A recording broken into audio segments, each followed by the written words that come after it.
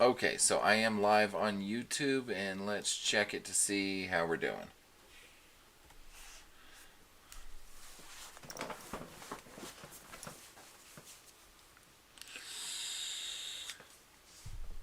I see it.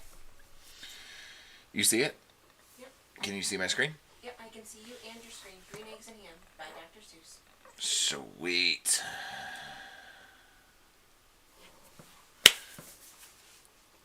So now I am actually going to wait for people to come in, at least on TikTok. Let them know if they want to follow along with the book and see the book, they can go over to YouTube because YouTube is where it's at. OBS obviously, unfortunately, will not let me go to TikTok because it sucks.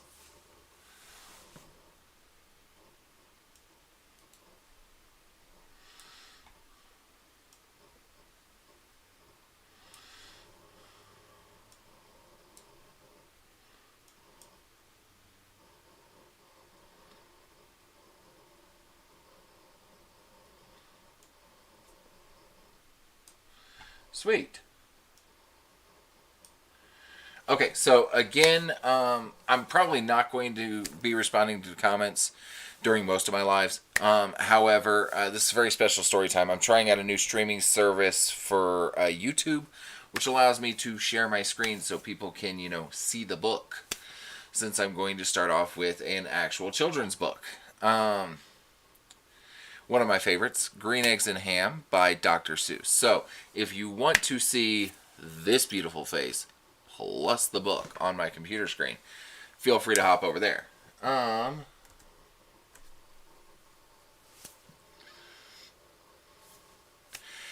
by the way, if all of the people on TikTok are wondering how you get to my YouTube, go to my profile, click on the Instagram button, click on YouTube, and that will get you over there.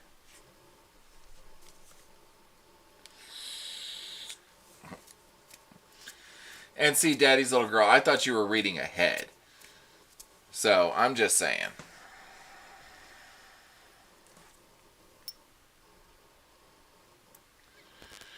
Okay, so here we go with Green Eggs and Ham by Dr. Seuss. I am Sam. Sam I am. That Sam I am, that Sam I am. I do not like that Sam I am. Do you like green eggs and ham? I do not like them, Sam I am. I do not like green eggs and ham. Would you like them here or there? I would not like them here or there. I would not like them anywhere. I do not like green eggs and ham. I do not like them, Sam I am. Would you like them in a house? Would you like them with a mouse? I do not like them in a house. I do not like them with a mouse. I do not like them here or there. I do not like them anywhere. I do not like green eggs and ham. I do not like them, Sam I am. Would you eat them in a box? Would you eat them with a fox? Not in a box, not with a fox. Not in a house, not with a mouse. I would not eat them here or there. I would not eat them anywhere. I would not eat green eggs and ham. I do not like them, Sam I am. Would you, could you, in a car, eat them, here they are. I would not, could not, in a car. You may like them, you will see. You may like them in a tree. I would not, could not, in a tree, not in a car. You let me be. I do not like them in a box. I do not like them with a fox. I do not like them in a house. I do not like them with a mouse. I do not like them here or there. I do not like them anywhere. I do not like green eggs and ham. I do not like them, Sam I am. A train, a train, a train, a train. Could you, would you, on a train? Not on a train, not in a tree, not in a car. Sam, let me be. I would not, could not, in a box. I could not, would not, with a fox. I will not eat them with a mouse. I will not eat them in a house. I will not eat them here or there. I will not eat them anywhere. I do not like green eggs and ham. I do not like them, Sam I am. Say, in the dark, here in the dark. Would you, could you, in the dark? I would not, could not, in the dark. Would you, could you, in the rain? I would not, could not, in the rain, not in the dark, not on a train, not in a car, not in a tree. I do not like them, Sam, you see. Not in a house, not in a box, not with a mouse, not with a fox. I will not eat them here or there. I do not like them anywhere. You do not like green eggs and ham. I do not like them, Sam, I am. Could you, would you, with a goat? I would not, could not, with a goat. I usually say the same thing. Would you, could you, on a boat? I could not, would not on a boat. I will not with a goat. I will not eat them in the rain. I will not eat them on a train. Not in the dark, not in a tree, not in a car. You let me be.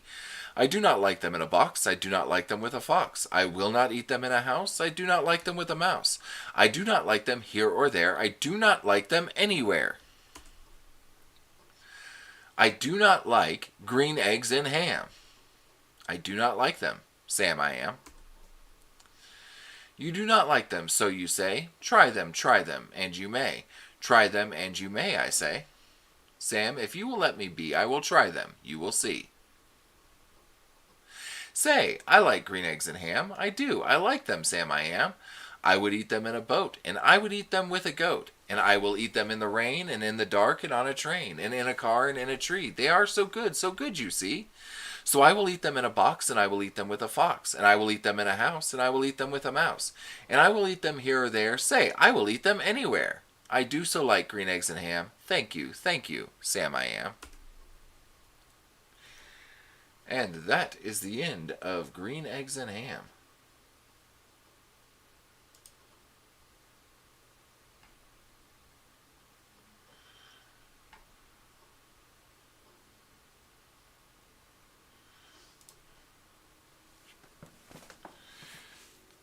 And now we are moving on to chapter 14.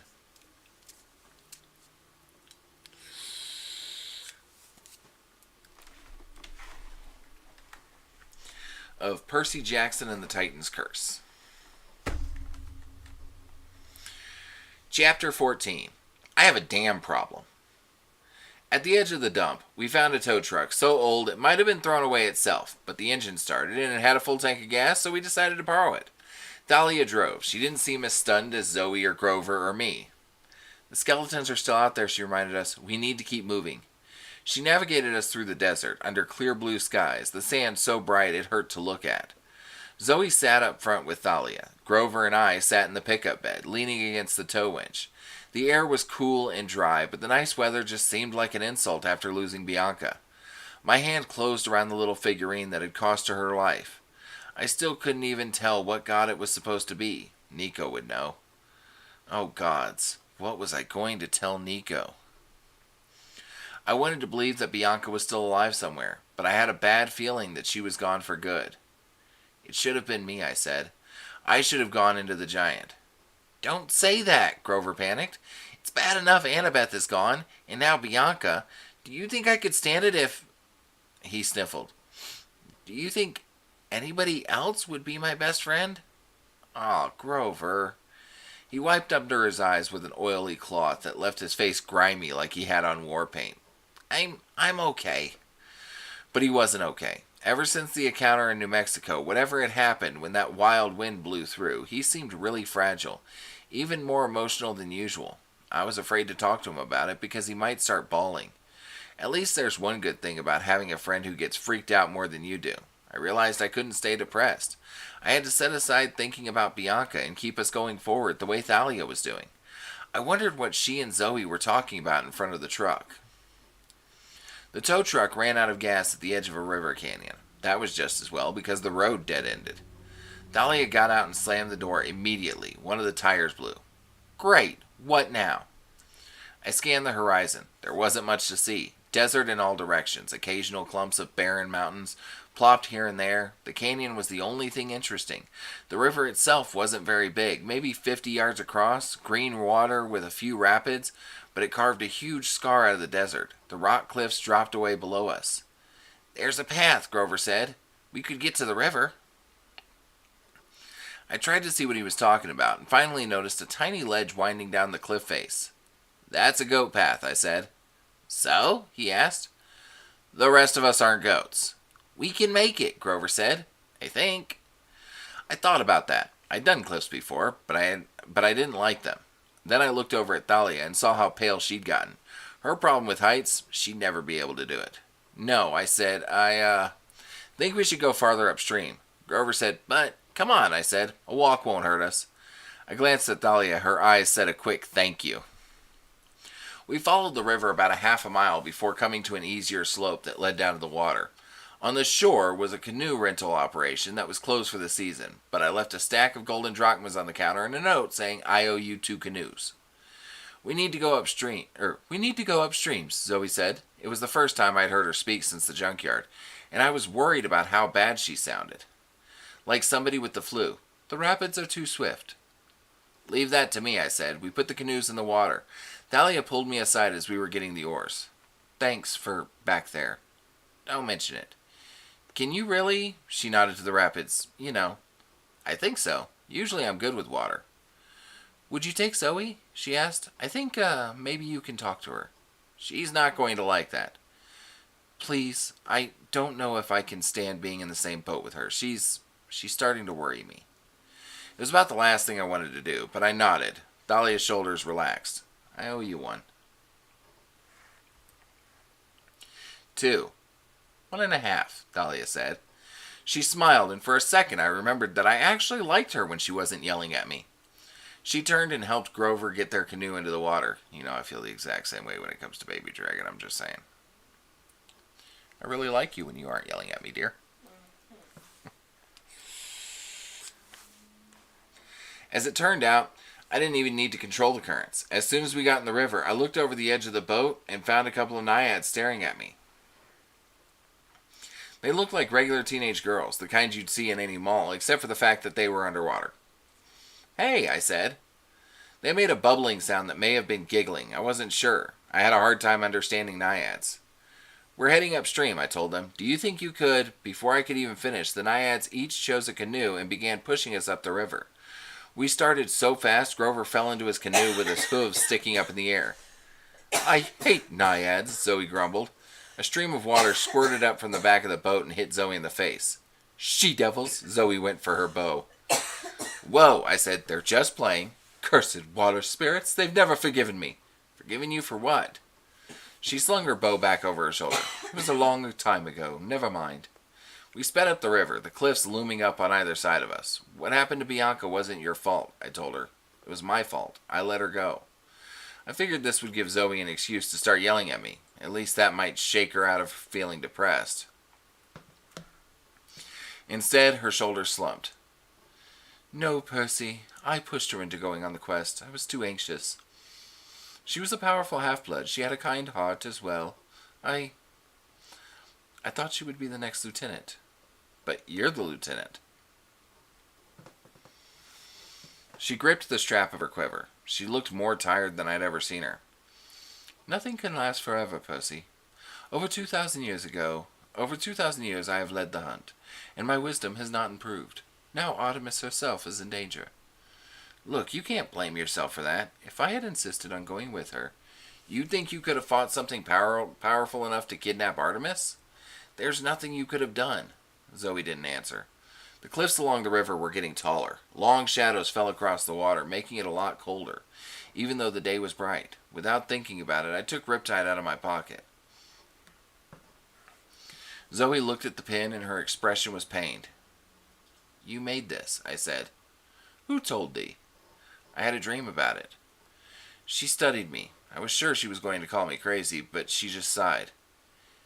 It was a gift, and a mistake. Who was the hero? I asked. Zoe shook her head. Do not make me say his name. I swore never to speak it again. You act like I should know it. I am sure you do, hero. Don't all you boys want to be just like him? Her voice was so bitter, I decided not to ask what she meant. I looked down at Riptide, and for the first time, I wondered if it was cursed. Your mother was a water goddess, I asked. Yes, Pleione. She had 5 daughters, my sisters and I. The Hesperides. Those were the girls who lived in a garden at the edge of the west, with the golden apple tree and a dragon guarding it. Yes, Zoe said wistfully. Laid on. But weren't there only 4 sisters? There are now. I was exiled, forgotten, blotted out as if I never existed. Why? Zoe pointed to my pin. Because I betrayed my family and helped a hero. You won't find that in the legend either. He never spoke of me after his direct assault on Ladon failed. I gave him the idea of how to steal the apples, how to trick my father, but he took all the credit. But, gurgle, gurgle, Then I had spoken my mind. The canoe was slowing down. I looked ahead, and I saw why. This was as far as they could take us. The river was blocked. A dam the size of a football stadium stood in our path.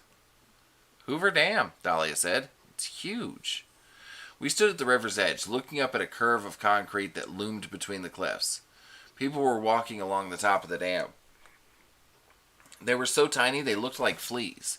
The naiads had left with a lot of grumbling. Not in words I could understand, but it was obvious they hated this dam blocking up their nice river. Our canoes floated back downstream, swirling in the wake from the dam's discharge vents.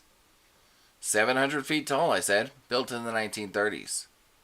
5 million cubic acres of water, Dahlia said. Grover sighed. Largest construction project in the United States. Zoe stared at us. How do you know all that? Annabeth, I said. She liked architecture. She was nuts about monuments, Dahlia said. Spouted facts all the time, Grover sniffled. So annoying. I wish she was here, I said. The others nodded. Zoe was still looking at us strangely, but I didn't care. It seemed like cruel fate that we'd come to the Hoover Dam, one of Annabeth's personal favorites, and she wasn't here to see it. We should go up there, I said, for her sake, just to say we've been. You are mad, Zoe decided. But that's where the road is. She pointed to a huge parking garage next to the top of the dam. And so, sightseeing it is. Really, guys? Now is the time for puns? Punny pun pun pun.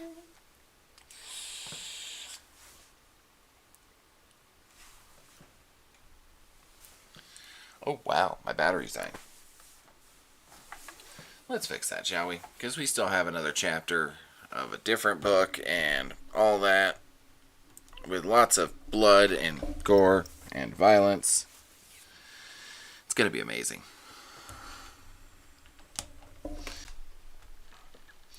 We had to walk for almost an hour before we found a path that led up to the road.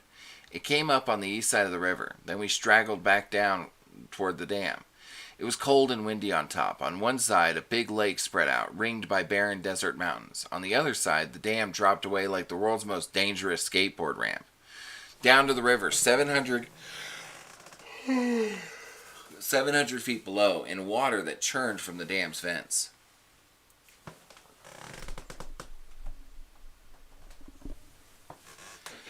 Dahlia walked in the middle of the road, far away from the edges.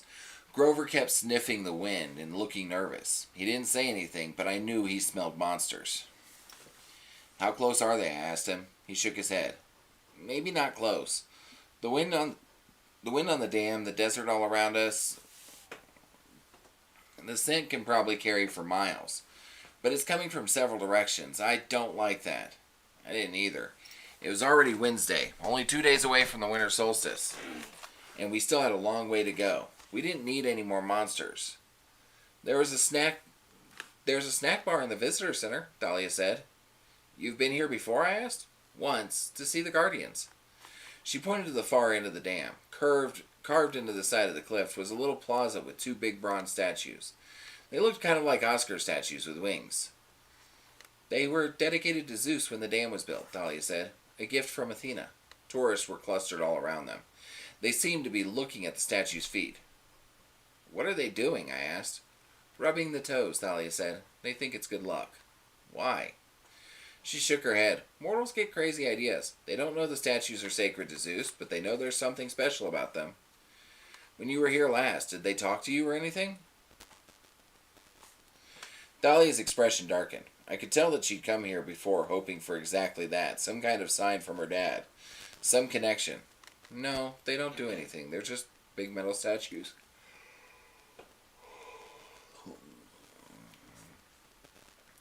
I thought about the last big metal statue we'd run into. That hadn't gone so well.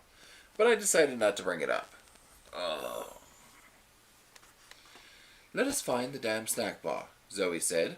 We should eat while we can. Grover cracked a smile. The damn snack bar?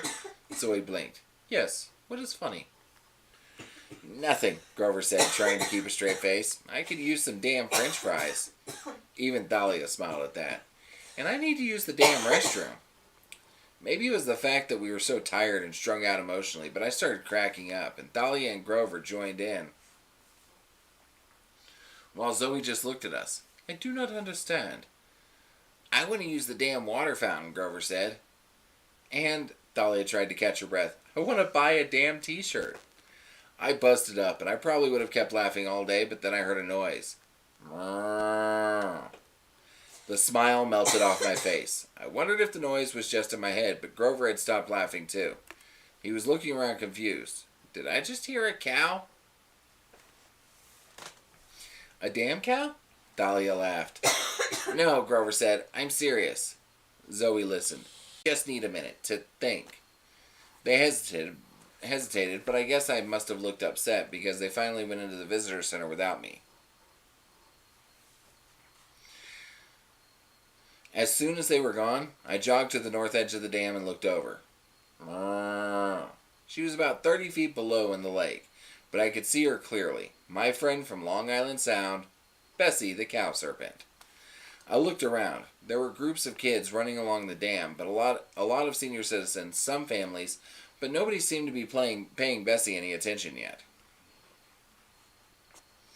What are you doing here? I asked her. Her voice was urgent, like she was trying to warn me of something. How did you get here? I asked. We were thousands of miles away from Long Island, hundreds of miles inland. There was no way she could have swam all the way here, and yet here she was. Bessie swam in a circle and butted her head against the side of the dam. She wanted me to come with her. She was telling me to hurry. I can't. I told her my friends are inside. She looked at me with her sad brown eyes. Then she gave one more urgent, did a flip, and disappeared into the water. I hesitated. Something was wrong. She was trying to tell me that. I considered jumping over the side and following her, but then I tensed. The hairs on my arms bristled. I looked down the dam road to the east, and I saw two men walking slowly toward me. They wore gray camouflage outfits that flickered over skeletal bodies. They passed through a group of kids and pushed them aside. A kid yelled, "Hey!" One of the warriors turned, his face changing momentarily into a skull. "Ah!" The kid yelled, and his whole group backed away. I ran for the visitor center. I was almost to the stairs when I heard tires squeal. On the west side of the dam, a black van swerved to a stop in the middle of the road, nearly plowing into some old people. The van doors opened and more skeleton warriors piled out. I was surrounded. I bolted down the stairs and through the museum entrance. The security guard at the metal detector yelled, "Hey kid!" But I didn't stop. I ran through the exhibits and ducked behind a tour group. I looked for my friends, but I couldn't see them anywhere. Where was the damn snack bar? "Stop!" the metal detector guy yelled. There was no place to go but into an elevator with the tour group. I ducked inside just as the door closed. "We'll be going down 700 feet, our tour guide said cheerfully. She was a park ranger with long back hair pulled in a ponytail and tinted glasses. I guess she hadn't noticed that I was being chased. "Don't worry, ladies and gentlemen, the elevator hardly ever breaks." "Does this go to the snack bar?" I asked her. A few people behind me chuckled. The tour guide looked at me. Something about her gaze made my skin tingle. "To the turbines, young man," the lady said. "Weren't you listening to my fascinating presentation upstairs?" "Oh, sure. Is there another way out of the dam?" It's a dead end, a tourist behind me said. "For heaven's sake, the only way out is the other elevator." The doors opened. "Go right ahead, folks," the tour guide told us. "Another ranger is waiting for you at the end of the corridor." I didn't have much choice but to go out with the group. "And young man," the tour guide called. I looked back. She'd taken off her glasses. Her eyes were startlingly gray, like storm clouds.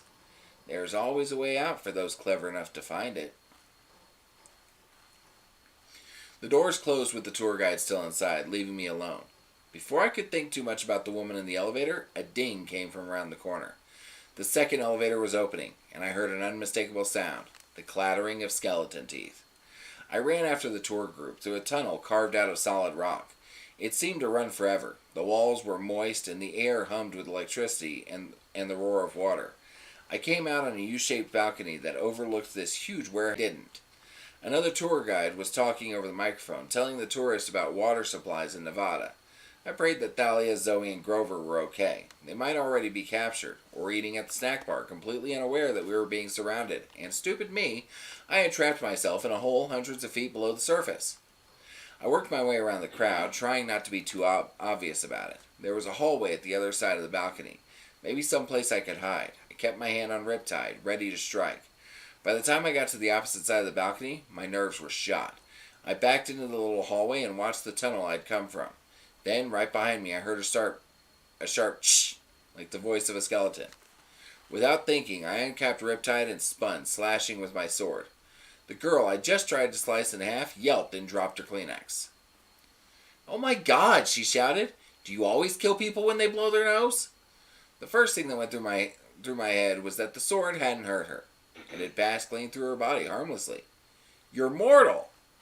She looked at me in disbelief. "What's that supposed to mean? Of course I'm mortal. How did you get that sword past security?" "I didn't." "Wait, you can see it's a sword?" The girl rolled her eyes, which were green like mine. She had frizzy reddish-brown hair. Her nose was also red, like she had a cold. She wore a big maroon Harvard sweatshirt and jeans that were covered with marker stains and little holes, like she spent her free time poking them with a fork. "Well, it's either a sword or the biggest toothpick in the world," she said. "And why didn't it hurt me? I mean, not that I'm complaining. Who are you? And, whoa, what is that you're wearing? Is that made of lion fur?" She asked so many questions so fast. It was like she was throwing rocks at me. I couldn't think of what to say. I looked at my sleeves to see if the Nemean lion pelt had somehow changed back to fur, but it still looked like a brown winter coat to me. I knew the skeleton warriors were still chasing me. I had no time to waste, but I just stared at the red-headed girl. Then I remembered what Thalia had done at Westover Hall to fool the teachers. Maybe I could manipulate the mist. I concentrated hard and snapped my fingers. "You don't see a sword," I told the girl. "It's just a ballpoint pen." She blinked. No. It's a sword, weirdo." "Who are you?" I demanded. She huffed indignantly. "Rachel Elizabeth Dare. Now, are you going to answer my questions, or should I scream for security?" "No," I said. I'm kind of in a hurry. I'm in trouble." "In a hurry or in trouble?" Sort of both." She looked over my shoulder and her eyes widened. "Bathroom." "What?" "Bathroom, behind me, now." I don't know why, but I listened to her. I slipped inside the boys' bathroom and left Rachel Elizabeth Dare standing outside. Later, that seemed cowardly to me. I'm also pretty sure it saved my life.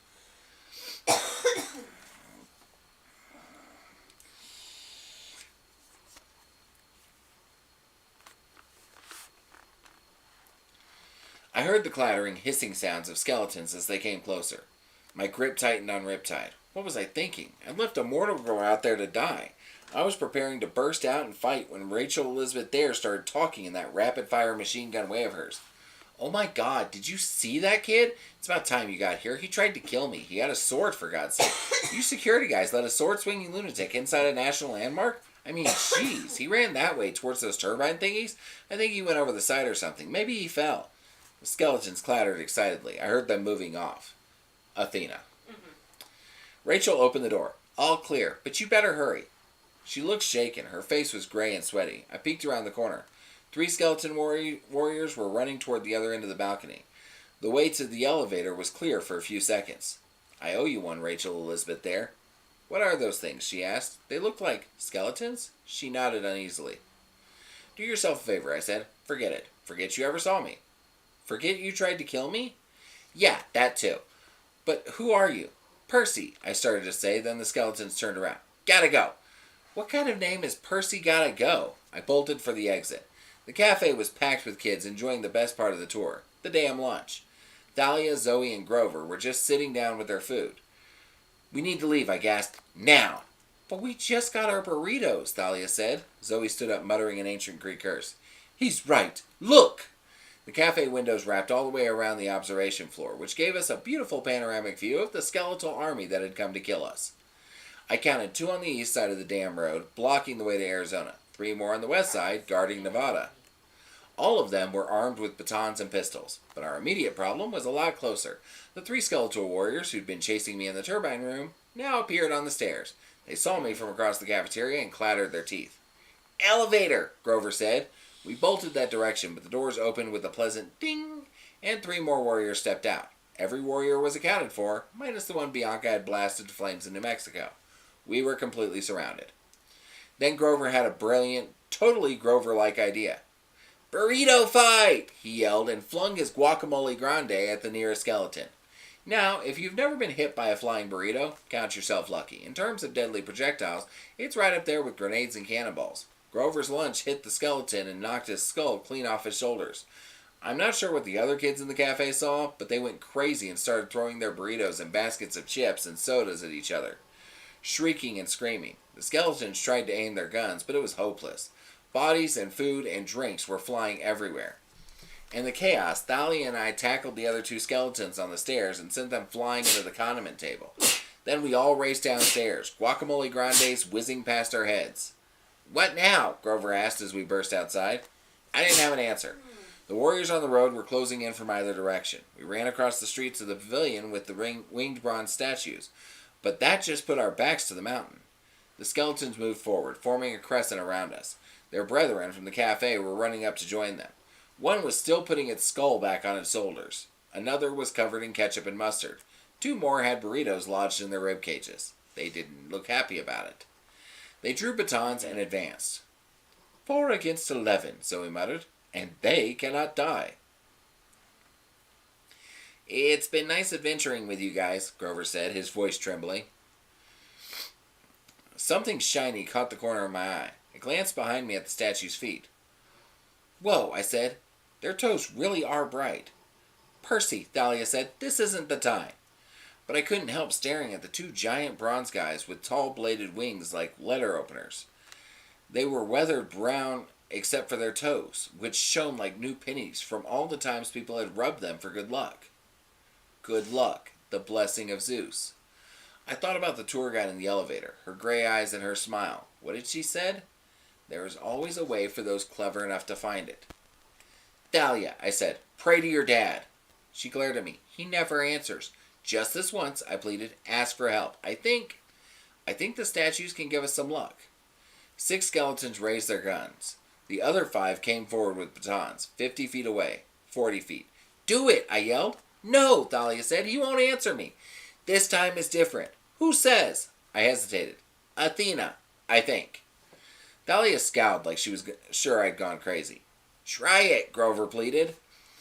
Thalia closed her eyes. Her lips moved in a silent prayer. I put in my own prayer to Annabeth's mom, hoping I was right that it had been her in that elevator, that she was trying to help us save her daughter. And nothing happened. The skeletons closed in. I raised Riptide to defend myself. Thalia held up her shield. Zoe pushed Grover behind her and aimed an arrow at a skeleton's head. A shadow fell over me. I thought maybe it was the shadow of death. Then I realized it was the shadow of an enormous wing.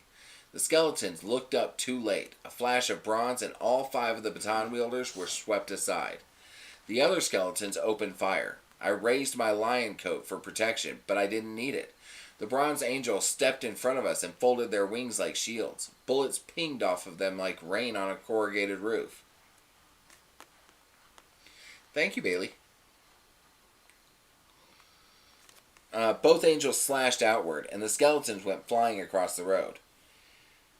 "Man, it feels good to stand up," the first angel said.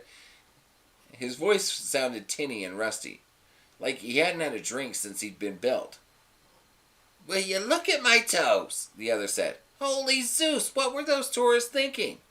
As stunned as I was by the angels, I was more concerned with the skeletons. A few of them were getting up again, reassembling, bony hands groping for their weapons. "Trouble," I said. "Get us out of here," Thalia yelled. Both angels looked down at her. "Zeus's kid." "Yes." "Could I get a please, Miss Zeus's kid?" an angel asked. "Please." The angels looked at each other and shrugged. "Could use a stretch," one decided.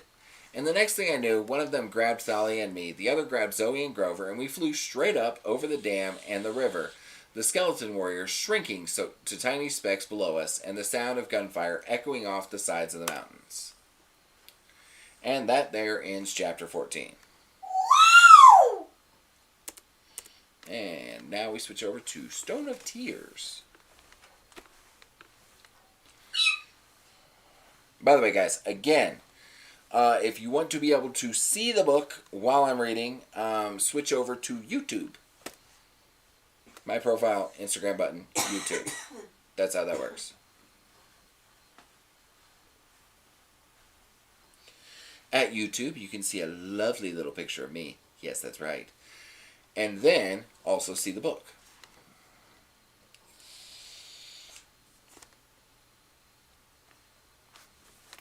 Okay, I have really got to turn off that follow the face thing. Why? Because it is not working well.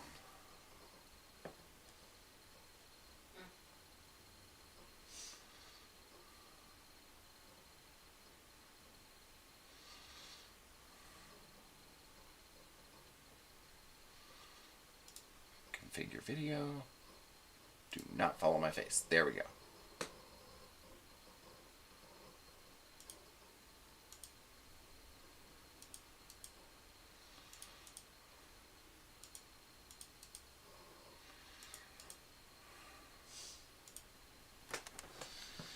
There we go. Perfect.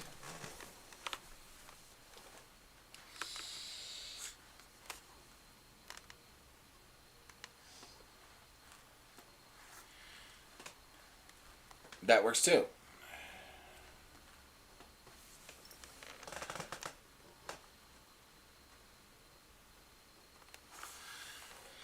Well, thank you, Alfie Marie. Oh, the new hair color? This is actually my natural hair color. And I braided it.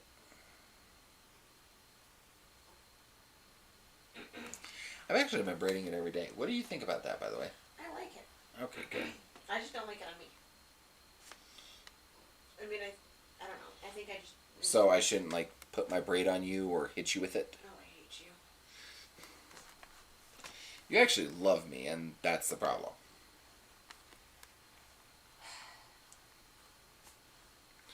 Okay, so, chapter 39 of Stone of Tears. Easy now, she cautioned. One hesitant hoof slipped. Back, back, back. Come on, boy, back. From down the slope behind, she could hear the sounds of the chase. A man, probably one of the Daharan officers, yelling angrily at the top of his lungs not to let her get away. And others urging their horses up the steep trail. When they reached the flat where she was, they would be in a full gallop again. Caitlin tugged gently on the reins. Nick lifted his hoof from the ice and backed up into the tight gap between the snow-crusted pines, back along his trail. She found the long branch with the forked end she had whittled to a pushing pole, stuck upright in the snow where she had left it beside the twin-trunked spruce. She hefted it up and started pushing the heavy snow-laden branches. Her shoulder ached from having the lance shattered as she held it under her arm. As she backed Nick between the trees off her trail, she held the long push stick out over his head, jostling the limbs. Relieved of their loads, they sprang up, partly screening the gap.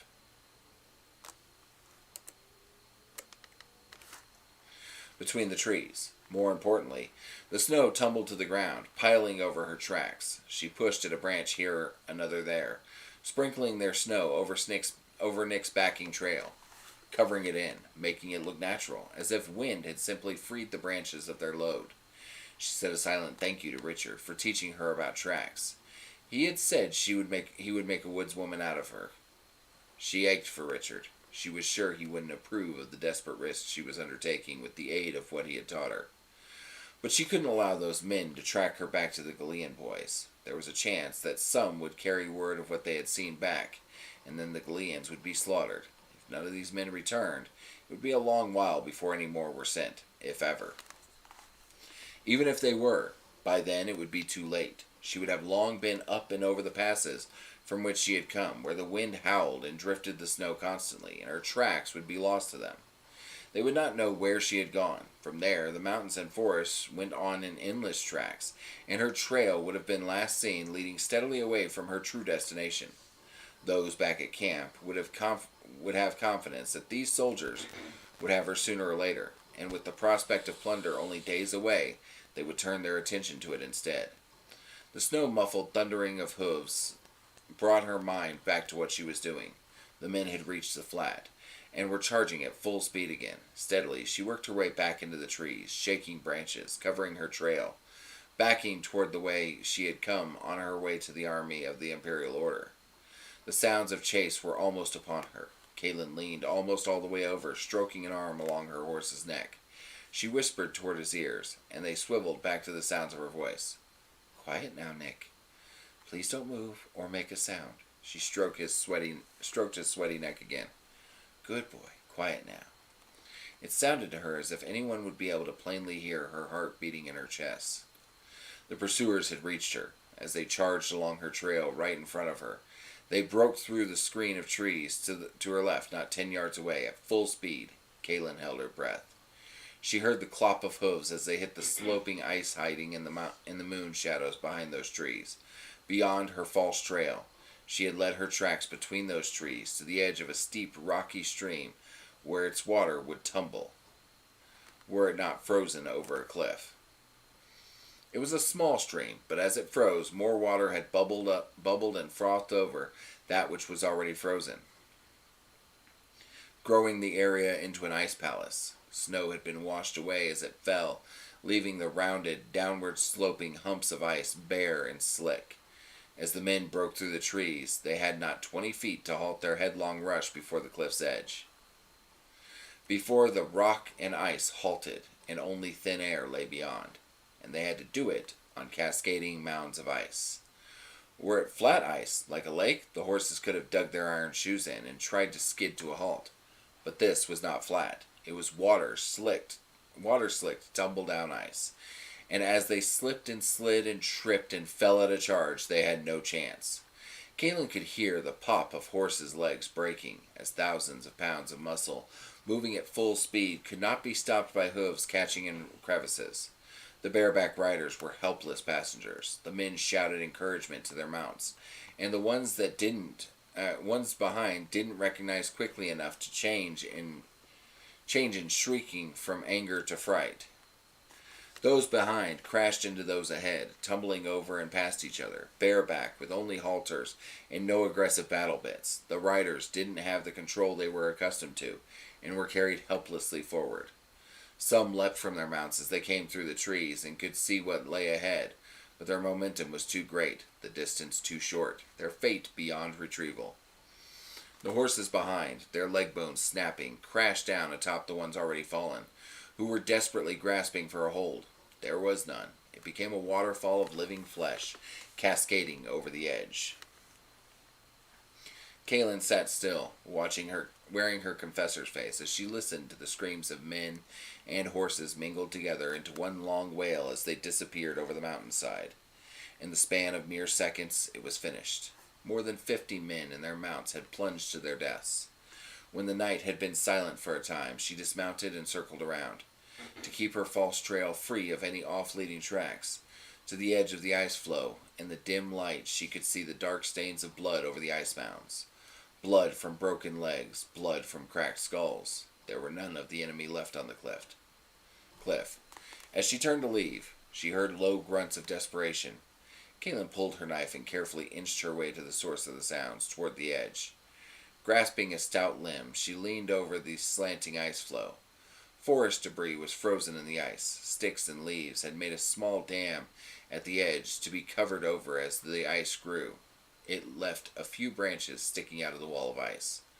Around one of these branches were clutched fingers. A man clung by his fingertips to the branch, his legs dangling over a drop of close to 1,000 feet. He was grunting with effort as he tried to catch his feet up on the ice, but it was too slippery to give him any toehold. Caitlin stood at the edge, holding the branch for support as she watched him shivering. Dribbles of water bubbled over the ice, over his face, melting his hair and soaking his Celtish uniform. His teeth chattered. He looked up to see her standing over him in the moonlight. "Help me! Please help me!" He couldn't have been past her age. She regarded him without emotion. He had big eyes, the kind of eyes young women would surely have swooned over, but the young women in Ebonicia would not have swooned when they saw those eyes. "In the name of the good spirits, help me!" Caitlin squatted down closer to him. "What is your name?" "Huon. My name's Huon. Now please help me." Caitlin laid down on the ice, hooking a foot around a tangled root, taking a good grip on the stout spruce limb with one hand. She extended her other hand part way out, but not far enough for Huon to reach. I will help you, Huon, on a condition. I have sworn no mercy, and none shall be granted if you take my hand. I will release my power into you. You will be mine now and forever. If you are to live, it will be as one touched by a confessor. If you would think to pull me over the edge with you before I can release my magic, let me assure you, I would not make the offer were that the chance. I have touched more men than I can count. You will have no time. You will be mine. He blinked icy water dripping down on him from his eyes, shook it from his face, and stared up at her. Kaelin extended her hand toward him. From now on, Huon, either way, your old life is ended. If you live, it will not be as who you are now. That man will be gone forever. You will be mine. Please, he whispered, just help me up. I won't hurt you. I swear to let you be on your way. It would take me hours to make it back to camp on foot, and you'll be long gone by then anyway. Please just help me up. How many people in Ebonicia did you hear beg for their lives? To how many did you grant mercy? Her words came as cold as the ice she lay on. I am the Mother Confessor. I have proclaimed war without quarter on the Imperial Order. The oath stands as long as one of you lives. Choose, Huon. Death, or to be touched by my power. Either way, who you are dies. The people of Ebonicia got what they deserved. I'd rather take the hand of the Keeper himself than be touched by your filthy magic. The good spirits would never accept me to them if I were touched by your dark and profane magic. His lip curled in a sneer. To the Keeper with you, Confessor. Huon threw his arms open and silently dropped away into the darkness. As she rode back to the Galean recruits, she thought about the things Riggs, Karsh, and Slagle had told her. She also thought about the creatures of magic living in the Midlands. She thought about the beautiful land of the night wisps, and open fields deep in ancient remote forests where the wisps gathered at twilight to dance together in the air above the grasses and wildflowers, like joyous fireflies. She had spent many a night laying on her back in the grass as they hovered above her and spoke with her of things common to all life, of dreams and hopes and loves. She thought about the creatures living in Long Lake, translucent things hard to see, seeming almost made of liquid glass, or of the water that was their home, with whom she had never spoken, but whom she had watched emerge at night to bask in the moonlight on rock and shore. Creatures who had no voice, but with whom she had shared understanding, and had promised to protect. She thought about the whispering tree people, whom she had spoken with in a hauntingly beautiful experience, frighteningly eerie but somehow gently peaceful at the same time. The whispering tree people were all joined together as one, through their roots touching under the earth, and each spoke as if they were all but one, as if there were no individuals, yet each had a name to whisper to you if you made it promises of simple favors, a mass community that was at the same time all only one. To cut down a tree there would be to bring the pain of that one's death to all. They could not escape the contact they felt with each other. If people went into that land and cut down the trees, it would be torture to all. Kaelin had seen them in pain before. Their wails could make the stars cry. There were other creatures, too, that were magic, and people, too, who possessed it. Sometimes it was hard to place a line between creatures of the wild and people. Some people of the Midlands were part creature, or perhaps some creatures were part people. They were strange and delightful and very shy, and so it went throughout various forms of magic, from the simplest things in the howling caves that could let you peek through solid rock to see their nests, to people like the Mud People, who had only simple magic that would do but one thing. As Mother Confessor, all these and many more were her charges, and as Mother Confessor, she commanded all to protect these magic places, so no one people would bear the brunt of burden against another's. It was an arrangement backed by confessors and wizards extending back for thousands of years. The Twilight Beings, Riggs had called them. That was the name given to those magical creatures by the blood of the Fold, among others, because many of them came out only at night. For this reason, the blood associated them with darkness, and so, out of fear, with the darkness of the Keeper of the Dead. The blood considered magic, the force through which the keeper extended his influence into this world, into the world of the living. The blood were as unreasonable and thick-headed as any men alive, and they considered it their duty to send to the land of the dead any who they thought served the keeper. That was just about anyone who disagreed with their view of things. In some lands, the blood were outlawed, and in some, like Nicobaris, they were encouraged and paid by the crown. Maybe Riggs was right. Maybe she should have brought the rule of law to stop men like this. But that had never been the intent of the council, to make all to bow and all things to one. The strength and beauty of the Midlands was in its diversity, even if some of that diversity was ugly. What was ugly to one was beautiful to another, and so it was that each land was to be left to rule itself, as long as it brought no force of arms to another. It was a tolerant suffering of things repugnant to allow beautiful things to blossom. It was a sometimes difficult and fine line to hold the council to, forcing lands to work together in some things, but allowing them to be autonomous in others. But perhaps Riggs was right.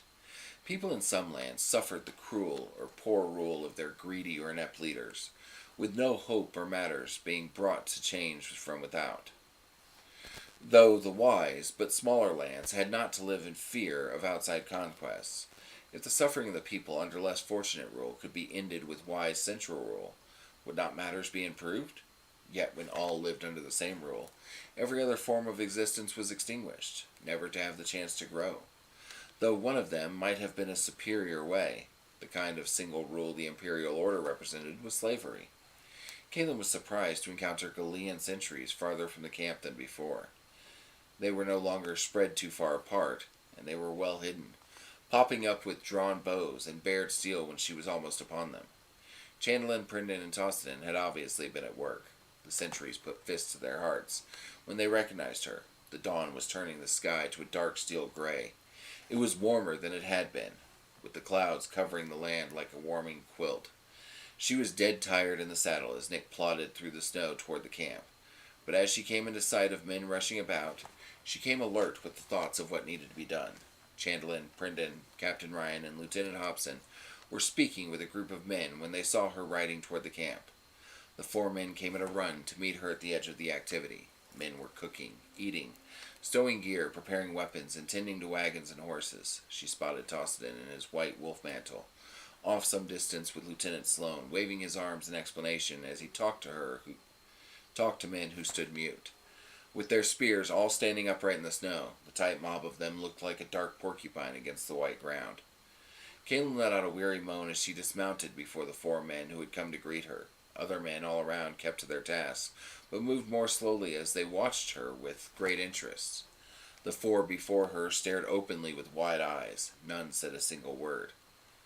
"What are you all staring at?" she said, a little short-tempered. "Mother Confessor," Captain Ryan said. "You're covered in blood. Are you hurt?" Caitlin stared down at the white wolf fur of her mantle, only it was no longer white. She realized for the first time that the skin of her face was tight with dried blood, her hair stiff with it. "Oh," she said in a quieter tone. "It's all right, I'm fine." "You." Chandelin and Prindon sighed with relief. Lieutenant Hobson, still wide-eyed, swallowed. "What of the wizard? Did you see him?"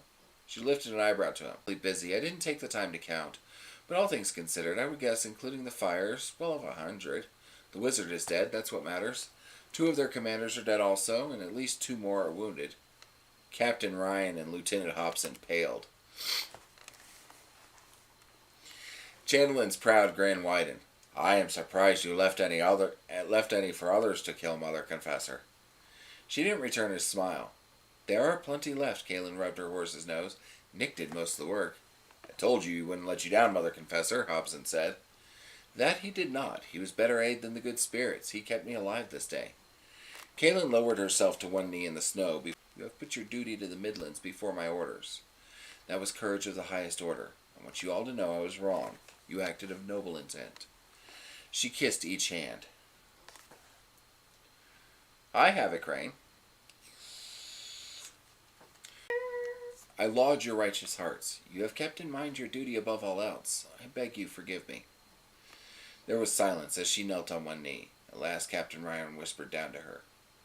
Mother Confessor, please, get up. Everyone's watching. Not until you forgive me. I want everyone to know you did the right thing. But you didn't realize what we were doing, or why. You had only our safety in mind. Kaelin waved a small, humorless smile. See? See that? That is the last time you ever disobey me. Oh, sorry. See that is the last time you ever disobey me. Captain Ryan nodded in earnest. I will. He shook his head. No, I won't. We will do as you command, Mother Confessor. I understand what you mean, Captain. She let out a tired sigh. We have a lot of work to do before we attack those men. Wait, Chandelin shouted. We were only to teach them some things, and then we are to be on our way to Eidendrill. We cannot become caught up in this battle. You have already taken enough chances. We must, Kaelin interrupted him. I must talk to you three. Bring Tossedin. Captain, please collect the men, including the sentries. I want to speak to you all together. Please wait with your men. I will be with you shortly. And leave a tent up for me. I need a few hours' sleep while things are being prepared. She walked off a ways, out of earshot of the camp, with Chandelin in tow, as Prindon went to get Tossedin. When they were all together, she turned to them. Chandelin was scowling. The other two waited without emotion. The Mud People, she began in a soft tone, have magic. We have no magic, Chandelin argued. Yes, you do. You do not think of it as magic because you were born with it, and it is the only way you know. You do not know of other peoples, of their ways. The Mud People can speak with their ancestor spirits. They can do this because they have magic. You think this is simply the way things work, but they do not work so in other places, with other people.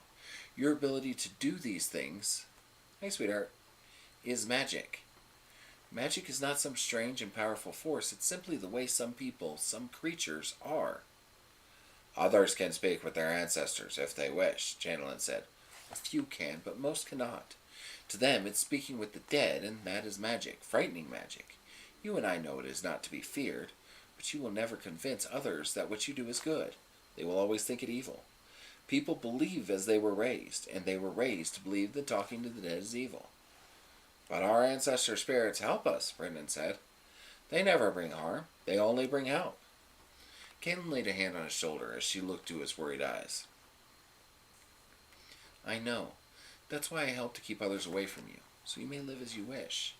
There are a few other people who talk with their ancestors as you do, and they too have this magic. There are other peoples and other creatures that have magic different from you, but just as important to them as yours is to you. She looked to each. Do you understand? Yes, Mother Confessor, Tossedin said. Prindon nodded his agreement. Chandelin grunted and folded his arms. The important thing, though, is not if you believe what you have can be called magic. The important thing is for you to understand that others believe what you do is magic.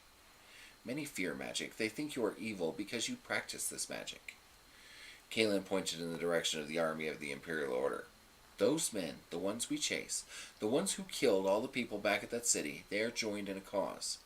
They wish to rule all the people of the Midlands. They do not want any to live as they wish, but to bow to their rule. Why would they wish to rule the Mud People? Brendan asked. We have nothing they would want. We stay to our lands. Chandelin unfolded his arms and spoke softly. They fear magic, and they wish us to stop speaking with our ancestors. Kaelin squeezed his shoulder. That's right. But more than that, they think it's their duty to the spirits they worship to kill you all. They are on a mission to destroy all who have magic, because they think magic is evil. They believe people like you have magic. She met Channelin's eyes. If they are not killed to a man, like the Chocopo, sooner or later, they will come and destroy the Mud People, just as they destroyed the city of Abenicia. The three men studied the ground in thought. She waited for them to weigh her words. Chandelin at last spoke. And they would kill the other people, those who wish not to have outsiders come to them, to live alone, like the Mud People? They would. I spoke with the men of that army. They are like crazy men. They sound as if they have been visited by evil spirits, like the Bontok did, like the Jokopo. They will not listen to reason. They think we are the ones who listen to evil spirits. They will do as they promise. You saw the city they destroyed, and the size of the army defending it. It is not an empty threat. I must go to Eidendrill so I can raise an army to fight these men. Counselors should already be doing that, but I must get there to make sure the extent of the threat is known, to make sure all of the Midlands join together in this. But there are no forces at hand to fight these men now, except these boys. There are cities that will be destroyed before help can arrive. Worse, the threat these men pose will convince some to join with them. Some see honor as an inconvenience and will side with the army they think will win. This will swell their ranks further. Before Aidendro can send troops to find and defeat these men, many will die. We must call upon these boys to join the fight now, before more innocent people are slaughtered. These boys volunteered to become fighters, like you, to protect their people, the people of all the Midlands. We must help them in this. We must not let this army of evil men escape to wander the Midlands, killing and destroying, and winning more to their side. We must begin the battle with these boys, help them, show them, to make sure they will know how to fight, and to know they will continue without us to lead them. We must lead them into the first battle, to give them confidence in the ways we teach them, before we can be on our way to Aidendro. Channeling gave her a level look. And you will call the lightning to help us? No, Kaelin whispered. I tried last night, but it didn't come. It's difficult to explain to you, but I believe that because I invoked this special magic on behalf of Richard, it will not work except to protect him. I'm sorry. Chandelin unfolded his arms. Then how did you kill so many? Kaelin patted his arm where the bone knife was. The same way as your grandfather taught your father and he you. I did not do as they expected. I did not fight their way. The two brothers leaned in intently as she spoke. They like to drink, and when they're drunk, they don't think so well, and they are slow. Tossedon pointed behind with a thumb. These men too like to have a drink at night. They have a wagon of it among their supplies. We would not let them have any. Some were angry. They said it was their right. Galen shook her head. These boys also thought it would be right to march right up to an enemy who outnumbers them 10-1, and have a battle in broad daylight. We must help them in this. We must teach them what to do. They do not like to listen. Brendan glanced back over his shoulder at the men who had been trying to teach. He had been trying to teach. They wish always to argue. They say this is the way it is done, and we must do it so. They are filled only with the way they were taught, and do not like to be told another way. Yet that's what we must do, Galen said. We must lead them in the way that will work. That's why I need you three. I need you to help me in this, or many people, including, eventually, the Mud People, will die. I need your help in this. I must lead them into battle. Chandelin stood mute and unmoving. The two brothers pushed snow with their feet, considering. Brendan finally looked up. We will help. We will help. My brother and I will do as you ask. Thank you, Brendan. But it is not you who must decide. Chandelin must be the one who agrees. It is for him to decide. The two brothers took sidelong glances at him as he stood glaring at her. At last he let out an exasperated breath. You are a stubborn woman. You are so stubborn you will get killed if we three are not there to bring some reason to your head. We go with you to kill these evil men. Kaelin sighed with relief. Thank you, Chandelin. She bent and took up a handful of snow, using it to scrub the dried blood from her face. Now, I must go and tell these boys what they must do. She shook the snow from her hands when she had finished with her face. Did you three get any sleep last night? Some, Chandelin said. Good. After I speak with them, I need to get a few hours' sleep. You can begin showing them how to travel without their wagons. We must teach them to be strong like you. We will begin the killing tonight? Chandelin gave a grim nod. Tonight. And that is the end of chapter 39.